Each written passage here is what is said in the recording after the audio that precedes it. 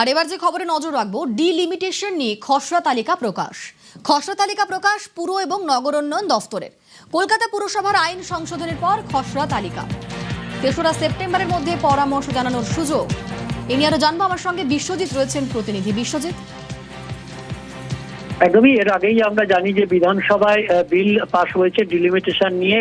কলকাতা পুরসভার যেমন তেমনি অন্যান্য পুরসভার ক্ষেত্রেও এই পুর নগর উন্নয়ন দপ্তর বিল কলকাতা যে পশ্চিমবঙ্গ বিধানসভা এনেছিল, সেখানে কলকাতা পুরসভার ক্ষেত্রে যে ১৪৪টি আসন ছিল, সেই ৪৪টি আসনের পরিবর্তে ২০৯টি আসন করার প্রস্তাব ছিল এবং সেই যে বিল সেটি রাজ্যপাল স্বাক্ষর করার পর এটি বিজ্ঞপ্তি আকারে জারি করেছে পুর ও নগর উন্নয়ন দপ্তর। আগামী ৩রা সেপ্টেম্বর পর্যন্ত অভাব অভিযোগ জানানো যাবে। বিভিন্ন রাজনৈতিক দল থেকে শুরু করে নাগরিকরা এই অভাব অভিযোগ জানাতে পারবেন। অর্থাৎ এই যে খসড়া প্রস্তাব, তার যে সীমারেখা, প্রতিটি ওয়ার্ড ধরে ধরে তার যে সীমারেখা, উত্তরে দক্ষিণে পূর্বে পশ্চিমে কি রয়েছে, সেই সীমারেখা ২০৯টি ওয়ার্ডের ক্ষেত্রে প্রকাশ করা হয়েছে বিজ্ঞপ্তির মাধ্যমে। এবং কোন কোন বিধানসভায় কোন কোন অংশ করবে, এই সমস্ত বিজ্ঞপ্তিতে প্রকাশ করা হয়েছে। এই খসড়া